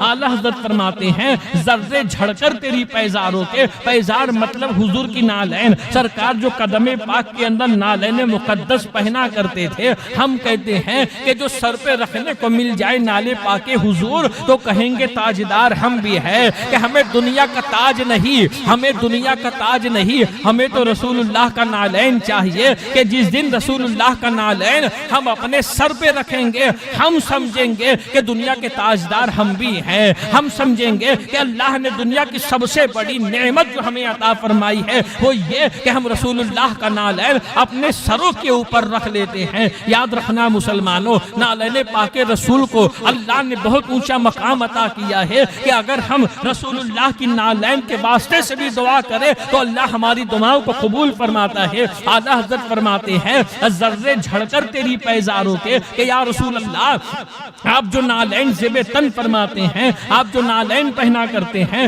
نالین پہننے کے بعد آپ جب چلا کرتے ہیں تو جو زمین کے ذرات آپ کے نالین کا بوسہ لے کے جھڑ جاتے ہیں، ان ذرات کا یہ مقام ہے کہ آسمان کے تاروں کے سر کے تاج بن جاتے ہیں۔ ان ذرات کا یہ مقام ہے۔ اللہ ہماری قسمت ایسی کر دیتا کہ رسول اللہ کی راہ گزر میں ہماری قبریں ہوتی اور رسول اللہ وہاں سے گزرا کرتے، اللہ ہمارا مقدر ایسا کر دیتا کہ ہماری چمڑیاں اس کام آ جاتی کہ جس کا جو رسول اللہ جو نالین پہنتے وہ نالین ہماری چمڑیوں کی ہوا کرتی۔ اللہ تبارک و تعالی ہمیں وہ پتھر بنا دیتا جو روضے رسول کے اندر لگا ہے، تو صبح شام ہم رسول اللہ کی مقدس مزار کی زیارت کیا کرتے۔ یاد رکھنا مسلمانوں کہ کونین کی سب سے بڑی نعمت یہ ہے کہ مسلمان اپنی زندگی میں کم سے کم ایک مرتبہ مدینہ دیکھ لے۔ اللہ کے پیارے نبی فرماتے ہیں من زارا قبری وجبت لہو شفاعتی، کہ جس نے میری مزار کی زیارت کی اس کے لیے میری شفاعت واجب ہے۔ اللہ کے نبی نے اپنے اوپر واجب کیا ہے کہ جو مدینہ آئے گا اس کی میں شفاعت کراؤں گا۔ اور کچھ کم عقل ایسے ہیں، کچھ جاہل و احمق ایسے ہیں، کچھ دشمنان اسلام ایسے ہیں جو کہتے ہیں کہ مدینہ جاؤ تو فقط 40 وقت کی نماز کی نیت لے کر کے جاؤ، اس لیے کہ حج کے لیے جانے والے 40 دن کے لیے جاتے ہیں، 32 دن مکہ رہتے ہیں، 8 دن مدینہ رہتے ہیں، تو وہ کہتے ہیں فقط نیت یہ ہونی چاہیے کہ 40 وقت کی نماز ہمیں مسجد نبوی میں پڑھنی ہے۔ ارے کم عقل و جاہل، تو نماز تو اپنی مسجد میں بھی پڑھ سکتا ہے نا، تو نماز تو اپنے شہر کے اندر بھی پڑھ سکتا ہے نا، تو نماز پڑھنے کے لیے اتنی دور جانے کی ضرورت کیا ہے؟ ہم تو جاتے ہی اسی لیے ہیں۔ اعلیٰ حضرت فرماتے ہیں ان کے طفیل حج بھی خدا نے کرا دیے، اصل مراد حاضری اس پاک در کی ہے۔ ہم تو حج بھی کرنے جاتے ہیں تو ہمارا مقصد روضے رسول کی حاضری ہوتا ہے، ہمارا یقین تو یہ ہوتا ہے کہ ہمارا حج بھی رسول اللہ کے صدقے ہو رہا ہے، ہمارا طواف بھی رسول اللہ کے صدقے ہو رہا ہے۔ اعلیٰ حضرت فرماتے ہیں، اعلیٰ حضرت کا ایک بڑا پیارا شعر ہے جس میں سرکار اعلیٰ حضرت ارشاد فرماتے ہیں جس کا مفہوم مطلب یہ ہے کہ جب ہم سے کوئی پوچھتا ہے کہ قصد کدھر کا ہے، ارادہ کدھر کا ہے، کعبے کا نام تک نہ لیا، طیبہ ہی کہا، جب پوچھا جو ہم سے کسی نے کہ نزہت کدھر کی ہے، کہ ہم کعبے کا نام بھی نہیں لیتے ہیں، کہ میں حج کرنے جا رہا ہوں، میں عمرہ کرنے جا رہا ہوں، ہم سے جب لوگ پوچھتے کہاں جا رہے ہو، کہاں کا ارادہ ہے، ہم کہتے ہیں ہم تو مدینہ جا رہے ہیں، ہم تو رسول اللہ کا روضہ دیکھنے جا رہے ہیں، ہم تو سنہری جالیاں دیکھنے جا رہے ہیں، ہم تو گنبد خضرا دیکھنے جا رہے ہیں، ہم تو بقیع پاک کو دیکھنے جا رہے ہیں۔ میرے آقا صلی اللہ تعالی علیہ وسلم فرماتے ہیں جو میری قبر کی جو حج کرے، حدیث پاک کا مفہوم ہے جو حج کرے اور میری بارگاہ کی حاضری نہ کرے وہ مجھ پہ ظلم کرتا ہے۔ اب بتائیے مسلمانوں کتنے کم عقل ہے وہ لوگ جو یہ کہتے ہیں کہ فقط 40 وقت کی نماز کی نیت لے کر کے مدینہ جانا چاہیے۔ ہم تو روضے رسول کی حاضری کی نیت سے جایا کرتے ہیں، ہم تو یہ تمنا لے کر کے جاتے ہیں، ہر بار ہم یہ تمنا لے کر کے جاتے ہیں کہ یا رسول اللہ آپ کے دیار میں آیا تو ہوں، میری جانے کی تمنا نہیں ہے، مگر مرضی ان کی ہے، وہ چاہیں تو روکے چاہیں تو واپس کر دے۔ مگر یقین مانو مسلمانوں، ہر مسلمان کو یہ چاہت رکھنی چاہیے کہ اللہ مجھے مدینے میں موت عطا فرما دے، اے اللہ مجھے مدینے میں موت عطا فرما دے۔ جو مدینے میں مرنے کی تمنا رکھتا ہے یقین مانو مسلمانوں وہ دنیا کے کسی بھی کونے میں مرے، فرشتے اس کی قبر سے اٹھا کے بقیع پاک میں لے جایا کرتے ہیں، اس کو اٹھا کر کے بقیع پاک میں لے جاتے ہیں، اور نبی رحمت صلی اللہ تعالی علیہ وسلم کی بارگاہ وہ بارگاہ ہے۔ اعلیٰ حضرت ارشاد فرماتے ہیں واہ کیا جود و کرم ہے اے شہ بطحا تیرا، نہیں سنتا ہی نہیں مانگنے والا تیرا، کہ تیرے ٹکڑوں پہ پلا غیر کی ٹھوکر پہ نہ ڈال، تیرے ٹکڑوں پہ پلا غیر کی ٹھوکر پہ نہ ڈال، جھڑکیاں کھاؤں کہاں چھوڑ کے صدقہ تیرا، کہ یا رسول اللہ ہمیشہ میں تمہارا ٹکڑا کھانے والا، تمہارے ٹکڑے پہ پلنے والا، غیروں کے بھروسے مجھے نہ چھوڑے، غیروں کے ٹکڑے پہ مجھے نہ ڈالے۔ ایک عاشق رسول تھا جو مدینے میں مرنے کی تمنا لے کے گیا تھا، نوجوان تھا مگر عاشق رسول تھا۔ یہاں جتنے میرے بھائی نوجوان بیٹھے ہیں نا یہ اپنا محاسبہ کرے، اپنے آپ کو دیکھے، اپنے گریبان میں منہ ڈالے، ہماری زندگی کیسی ہے، ہماری صبح شام کیسی ہے، ہماری عادت و اطوار کیسی ہے، ہمارا رہنا سہنا کیسا ہے، اور ہمارے اسلاف و بزرگان دین کیسے تھے۔ وہ نوجوان مدینے میں رہتا تھا، چھپ چھپ کے رہا کرتا تھا کہ کسی بھی طریقے سے میں مدینے میں رہوں اور میری زندگی یہیں تمام ہو جائے۔ مگر کرنا کیا ہوا، جب اللہ اپنی قدرت کو ظاہر کرنا چاہتا ہے، جب رسول اللہ کی عظمت پروردگار دنیا والوں کو دکھانا چاہتا ہے تو دیکھیے کس طریقے سے دکھاتا ہے۔ ایک دن اس نوجوان کو مدینے کی پولیس نے پکڑ لیا، ویزا دکھایا کہ تیرا وقت جانے کا کب کا ہوا، تیرا ویزا ویزا ختم ہوا، اب تک کہ تو گیا کیوں نہیں؟ وہ روتا ہے، منت و سماجت کرتا ہے۔ جو مدینہ گئے ہیں وہ دیکھتے ہیں کہ اس وقت وہاں پہ جو نجدی غالب ہے وہ کتنی بے حرمتی کیا کرتے ہیں، کتنی توہین کیا کرتے ہیں کہ ادب کے ساتھ رسول کی بارگاہ میں وہ کھڑے ہونے بھی نہیں دیتے ہیں۔ بے ادب جتنی دیر چاہے رہے، ادب والا وہاں کھڑا نہیں ہو سکتا ہے۔ نہ معلوم انہیں رسول کس بات کی دشمنی ہے۔ اس نوجوان نے بڑی منت و سماجت کی، بہت روتا ہے، مجھے رہنے دو، میں مدینے میں مرنا چاہتا ہوں، مگر پولیس والے اسے گھسیٹتے ہیں، گھسیٹتے ہوئے مسجد نبوی کے باہر لاتے ہیں۔ جب مسجد نبوی کے باہر لاتے ہیں، وہ نوجوان تا گنبد خضرا تھا، گنبد خضرا کی طرف دیکھ کے کہتا، یا رسول اللہ، آپ کے خاطر اپنے ماں باپ کو چھوڑ کر کے آ گیا، آپ کے خاطر اپنا شہر چھوڑ دیا، ہر چیز چھوڑ دیا، حضور میں مدینے میں مرنا چاہتا ہوں، آپ حضور مداخلت کیوں نہیں فرماتے؟ یہ دیکھیے مجھے گھسیٹ کر کے لے کر کے جا رہے ہیں۔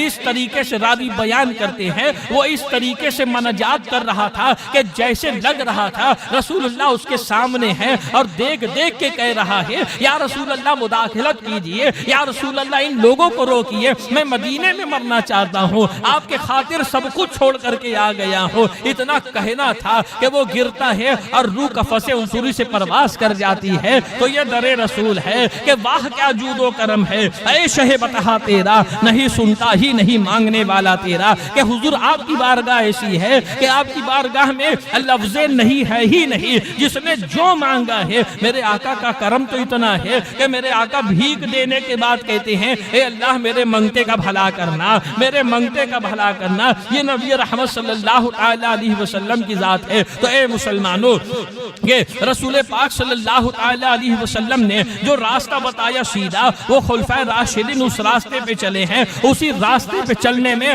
ہماری فلاح ہے، اسی راستے پہ چلنے میں ہماری کامیابی ہے۔ اگر ہم حضرت ابو بکر کے راستے پہ چلیں گے، اگر ہم حضرت عمر کے راستے پہ چلیں گے، اگر ہم حضرت عثمان غنی کے راستے پہ چلیں گے، تو انہی کے راستوں پہ چلنے میں ہماری فلاح و کامیابی ہے۔ حضرت عثمان غنی رسول کریم صلی اللہ علیہ وسلم کے تیسرے خلیفہ ہے اور پیارے آقا صلی اللہ علیہ وسلم کے داماد ہیں۔ آپ کے پاس ایک انگوٹھی تھی، رسول اللہ کی مہر نبوت، رسول اللہ کی وہ انگوٹھی جس کے اوپر محمد رسول اللہ لکھا ہوا تھا۔ وہ انگوٹھی جب تک آپ کے پاس تھی، لوگ مطیع و فرما بردار تھے، لوگ آپ سے بڑی محبت کیا کرتے تھے۔ حضرت عثمان غنی کبھی کبھی مدینے میں ایک باغ تھا، اس میں جاتے، اس کے مدینے اس باغ کے اندر ایک کنواں تھا، کنویں پہ جا کر کے آپ بیٹھا کرتے تھے، اس طریقے سے بیٹھتے کہ اب آپ کا پیر جو ہوتا وہ کنویں کی طرف ہوا کرتا تھا۔ اب کنویں پہ بیٹھ کر کے اپنے ہاتھ سے انگوٹھی نکالتے، پھر دوبارہ انگوٹھی ڈالتے۔ ممکن ہے کسی بات پہ غور و فکر کر رہے ہوں گے،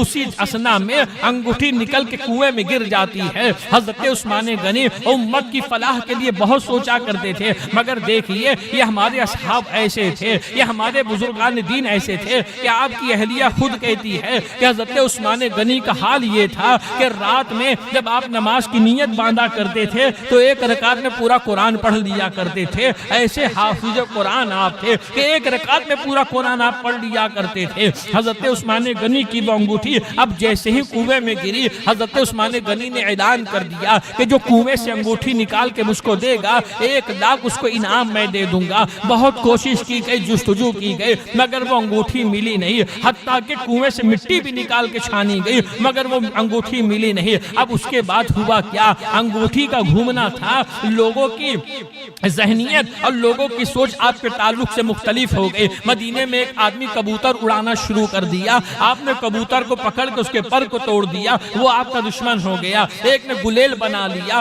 حضرت عثمان غنی اس کی گلیل کو لے کے توڑ دیتے ہیں یہ کہہ کے کہ اس سے کسی کو نقصان پہنچے گا، وہ آپ کا دشمن ہو گیا۔ اب یہاں سے لوگ مخالفت پہ آمادہ ہوتے ہیں، یہاں سے لوگ مخالفت آپ کی شروع کر دیتے ہیں۔ اب دیکھیے اسی اثنا میں عبداللہ بن سبا ایک یہودی ہے، اور یاد رکھنا مسلمانوں، یہ قوم یہود وہ قوم ہے جو رسول اللہ کے عہد مبارک سے لے کے اب تک کے اسلام کی دشمنی اپنے سینے کے اندر رکھا کرتی ہے، اور اب تک کے اسلام سے وہ دشمنی بڑی خوبی کے ساتھ انجام دیتی ہے۔ عبداللہ بن سبا یہودی، اب اس نے حضرت عثمان غنی کے زمانے میں مسلمان ہونے کا ڈھونگ کیا اور اس نے منافقت اختیار کی۔ چند دن مدینے میں رہا، جب یہاں اس کا زور نہیں چلا، یہ مدینے سے کوفہ گیا، بصرہ گیا، وہاں اس کا زور نہیں چلا تو بصرہ سے وہ مصر چلا جاتا جاتا ہے. اب مصر جانے کے بعد مصر میں جو مصری مسلمان تھے ان کو کہتا ہے کہ جب قیامت آئے گی تو حضرت عیسیٰ علیہ السلام آسمان سے نازل کیے جائیں گے. پہلے کہتا ہے کہ بتاؤ حضرت عیسیٰ افضل ہیں کہ ہمارے نبی افضل ہے؟ تو مسلمانوں نے کہا یقیناً ہمارے نبی افضل ہے. تو اس نے کہا کہ قیامت آئے گی تو حضرت عیسیٰ آئیں گے مگر ہمارے نبی نہیں آئیں گے. اب یہاں اس نے مسلمانوں کے دلوں کے اندر شک و وسوسات کو پیدا کر دیا. پھر اب بات گھمانا شروع کرتا ہے کہ دیکھو ہر نبی کا وصی ہوتا ہے, رسول اللہ کے وصی علی ہیں, تو خلافت و نیابت کا حق جو تھا یہ علی کا تھا. عثمان نے خلافت کو غصب کیا ہے. تو لوگوں نے کہا اب ہم کیا کریں؟ تو اس نے کہا عبداللہ بن سبا نے کہ ہمیں عثمان کو خلافت سے کنارے کرنا ہوگا. اب کس طریقے سے کنارے کیا جائے؟ اب یہ سازش کرتا ہے اور یہ لوگوں کو جو ہے طریقہ بتاتا ہے کہ عثمان کے اوپر اعتراض کرنا شروع کر دو, ان کے مقرر کردہ حاکموں کے اوپر اعتراض کرنا شروع کرو. اب مصر میں چونکہ اس کا داؤ چل گیا, اب مصر والے اب حضرت عثمان غنی کی بارگاہ میں خط لکھتے ہیں. وہ داؤ اس کا بصرہ میں چلا, کوفہ میں چلا. لوگوں نے خطوط لکھنا شروع کر دیا کہ امیر المؤمنین تم نے جو حاکم ہم پر مقرر کیا ہے وہ ہم پہ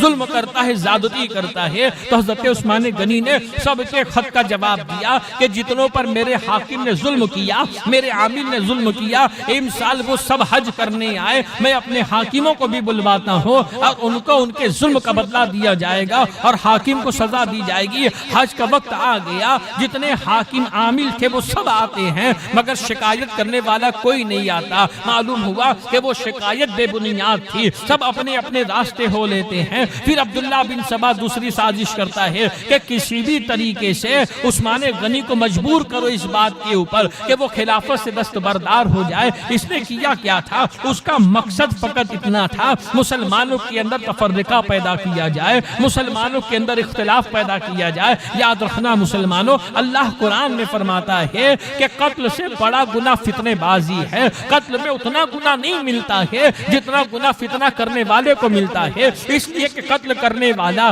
ایک ہوتا ہے, ایک آدمی کو قتل کرتا ہے, وہ مر جاتا ہے, وہاں اس کی بات ختم ہو جاتی ہے. مگر اگر ایک آدمی فتنہ اٹھا دیتا ہے تو اس کے فتنے کی زد میں پوری قوم آ جایا کرتی ہے. اس کے فتنے کی زد میں نہ معلوم کتنے گھر آ جایا کرتے ہیں, اس کے فتنے کی زد میں نہ معلوم کتنے انسان آ جایا کرتے ہیں. اللہ فرماتا ہے قتل سے بڑا گناہ فتنہ ہے. عبداللہ بن سبا نے فتنہ کیا اور پھر بصرہ کے لوگ اور مصر کے لوگ, کوفہ کے لوگ آ کر کے مدینے کا گھیراؤ کرتے ہیں اور اس مقصد کے تحت آتے ہیں کہ ہمیں جو ہے عثمان غنی کو خلافت سے دستبردار کرنا ہے, انہیں خلافت سے کنارے کرنا ہے. اور وہ لوگ حضرت عبداللہ بن سبا جو تھا نا, یہ حضرت علی کا خیر خواہ نہیں تھا, یہ محب علی نہیں تھا, یہ حضرت مولا کائنات سے محبت کرنے والا نہیں تھا, یہ تھا تو یہودی. اور مقصد تھا مسلمانوں کے اندر اختلاف پیدا کرنا, مقصد تھا مسلمانوں کے اندر انتشار پیدا کرنا. حضرت عثمان غنی نے جب حالات کو دیکھا کہ یہ لوگ تو میرے خون کے پیاسے ہو گئے ہیں, مولا کائنات کو بلا کر کے حکم دیا کہ آپ ان لوگوں سے پوچھو یہ کیا چاہتے ہیں. ان لوگوں نے کہا کہ عثمان سے کہو کہ انہوں نے جنہیں حاکم مقرر کیا ہے ان کو اس عہدے سے دستبردار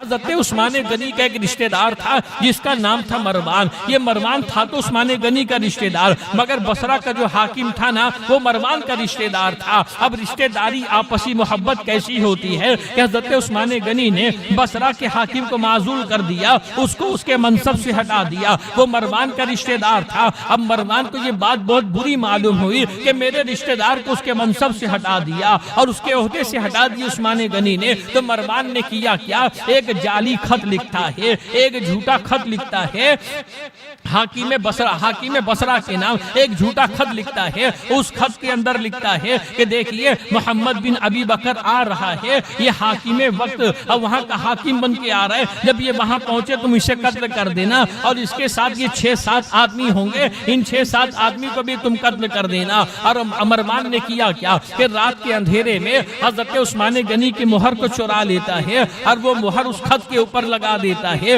عثمان غنی کے خادم غلام کو عثمان غنی کی سواری کے اوپر بیٹھال کر کے وہ خط دے کر کے بصرہ کی طرف روانہ کرتا ہے کہ جا کر کے اس وقت جو حاکم ہے اسے یہ خط دے دینا۔ عثمان غنی کا خادم تو غلام تو چلا بصرہ کی طرف، اب راستے میں بصرہ کے لوگ ملتے ہیں، دیکھا عثمان غنی کا غلام ہے، پوچھا تم عثمان غنی کے غلام ہو؟ کہاں عثمان غنی کا غلام ہو؟ کہاں جا رہے ہو؟ بصرہ جا رہا ہوں، پیغام لے کر کے جا رہا ہوں۔ تو ان لوگوں نے پوچھا کیا تیرے پاس کوئی خط ہے؟ اس نے کہا میرے پاس کوئی خط نہیں، مگر ان لوگوں کو شک ہوا، تلاشی لی تو اس میں سے وہ خط ملا جو مروان کا لکھا ہوا تھا اور اس کے اوپر مہر حضرت عثمان غنی کی تھی جو چوری کر کے لگائی گئی تھی۔ اس میں یہ بات واضح طور سے لکھی ہوئی تھی کہ محمد بن ابی بکر کو قتل کر دینا اور یہ 6-7 آدمی ان کو بھی قتل کر دینا۔ اب وہ سب غضبناک ہو کر کے واپس مدینہ آتے ہیں، اور جب مدینہ آتے ہیں حضرت عثمان غنی کے پاس مدینے والوں کو جمع کر کے جب پوچھا جاتا ہے، حضرت عثمان غنی سے پوچھا گیا یہ غلام تمہارا ہے؟ کہاں یہ غلام تو میرا ہی ہے، سواری بھی میری ہے، مہر بھی میری ہے، مگر میں نے یہ خط نہیں لکھا ہے، میں نے یہ خط نہیں لکھا ہے۔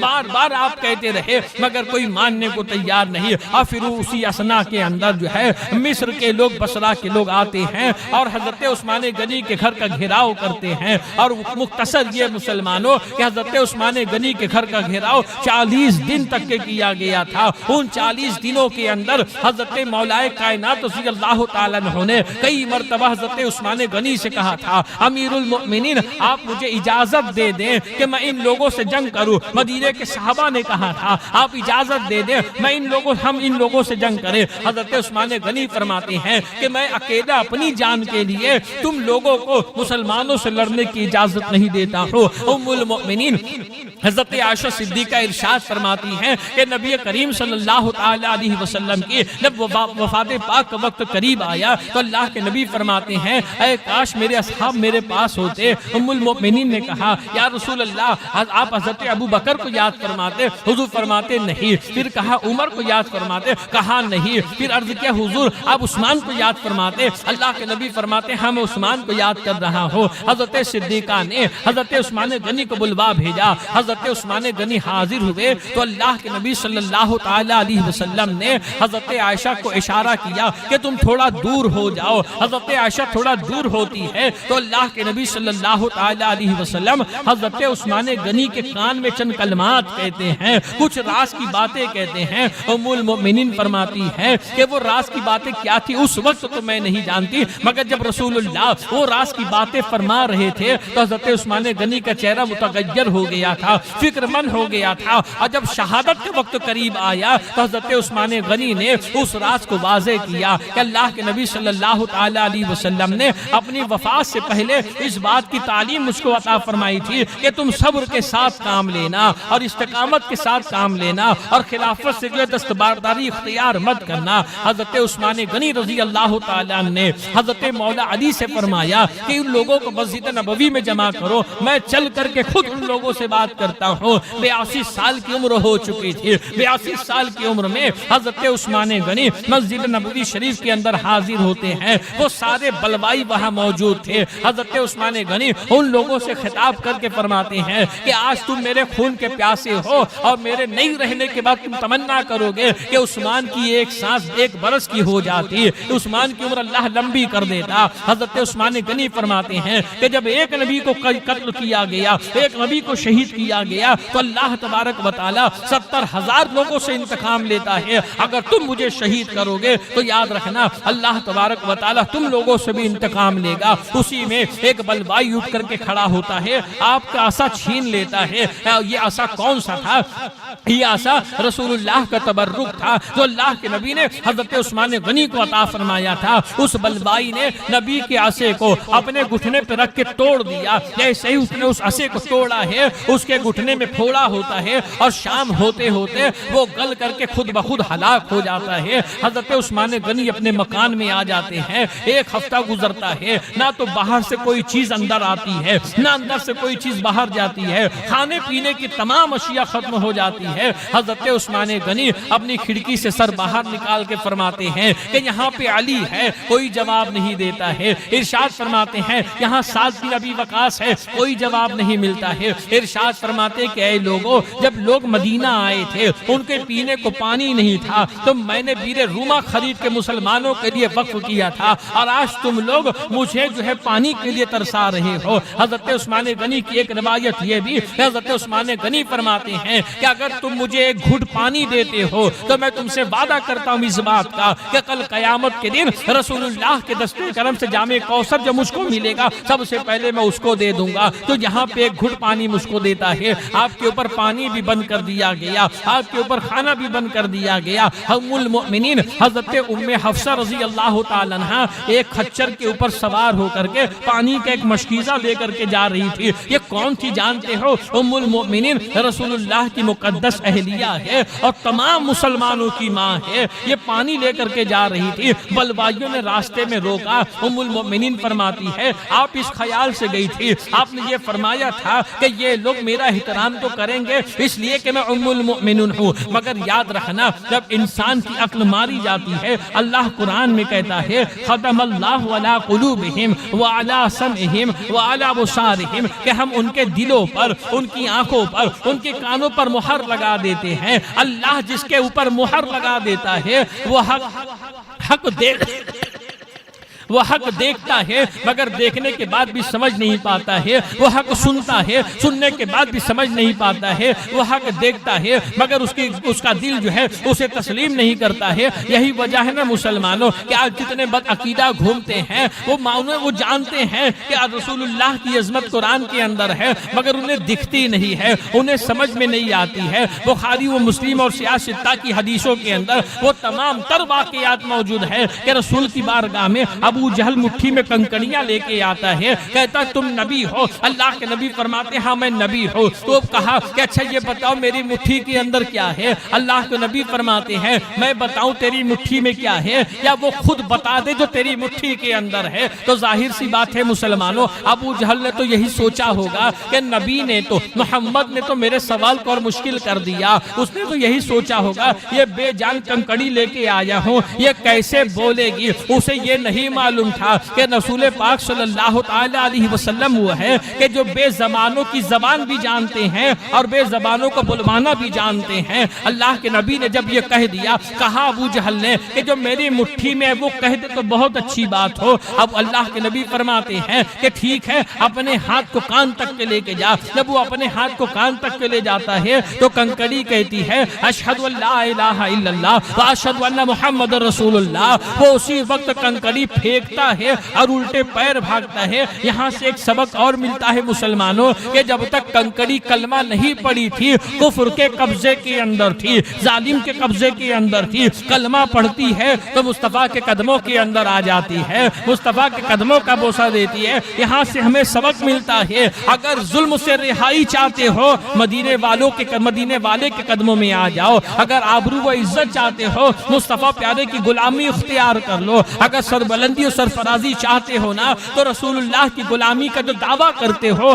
عملی طور پہ اس دعوے کے اوپر عمل کرو اور اپنی زندگی کو مصطفیٰ پیارے صلی اللہ علیہ وسلم کی سنتوں کا پیکر بنا لو۔ پھر دیکھو مسلمانوں کہ اس دنیا کی کایا کو پلٹنے میں وقت نہیں لگے گا۔ اللہ قادر مطلق ہے، اللہ زمین و آسمان کا خالق و مالک ہے، تم اطاعت کرو۔ اللہ قرآن میں کہتا ہے کہ عزت اللہ کے لیے ہے، اس کے رسول کے لیے ہے اور مومنین کے لیے عزت ہے۔ جب عزت اللہ رسول کے لیے ہے، جب عزت مومنین کے لیے ہے تو آج کا مسلمان ذلیل و رسوا کیوں ہو رہا ہے؟ تو آپ کو کہنا پڑے گا آج کا مسلمان تو ہے مگر عملی طور سے مسلمان بہت کمزور ہو چکا ہے۔ اگر تم کامیابی و کامرانی چاہتے ہو تو عمل کے میدان میں آ جاؤ مسلمانوں، عمل کرتے رہو، اللہ کے بتائے ہوئے طریقے کے مطابق اپنی زندگی گزارو، رسول اللہ کے بتائے ہوئے طریقے کے مطابق اپنی زندگی گزارو۔ صحابہ کی زندگی دیکھو، صحابہ کا طریقہ دیکھو، پھر دیکھو قرآن کا جو وعدہ ہے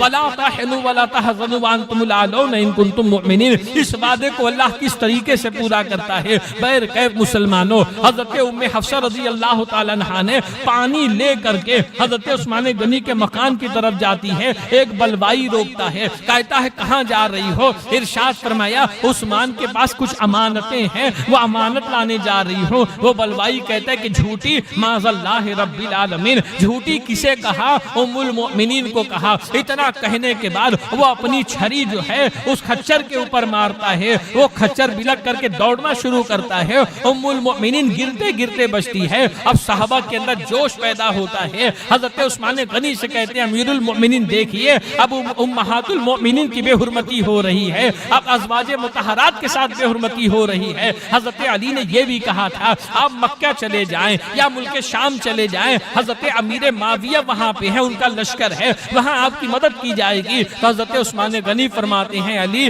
میں اپنی عمر کے آخری حصے میں نبی کا مزار چھوڑ کر کے کیسے چلا جاؤں، عمر کے آخری حصے میں نبی کا مدینہ چھوڑ کر کے کیسے چلا جاؤں۔ معلوم اس سے یہ ہوتا ہے مسلمانوں کہ ہر صحابی کی تمنا یہ ہوتی ہے کہ نبی کا مزار مجھ سے نہ چھوٹے، نبی کا دیار مجھ سے نہ چھوٹے، نبی کا شہر مجھ سے نہ چھوٹے۔ حضرت عثمان غنی رضی اللہ تعالیٰ عنہ ایک رات سوئے، آپ نے خواب دیکھا اللہ کے پیارے نبی صلی اللہ علیہ وسلم ہے، حضرت ابو بکر صدیق ہے، حضرت فاروق اعظم ہے۔ اللہ کے نبی فرماتے عثمان تمہارا روزہ بہت لمبا ہو گیا، کل حوض کوثر پہ تمہارا روزہ افطار کرایا جائے گا، ہم تمہارا وہاں انتظار کریں گے، کل تمہاری شہادت ہو جائے گی، تم قرآن پڑھتے رہو گے اور قرآن کی آیت فَسَيَكْفِيكَهُمُ اللَّهُ وَهُوَ السَّمِيعُ الْعَلِيمُ، اس آیت کے اوپر تمہارا خون کا قطرہ گرے گا۔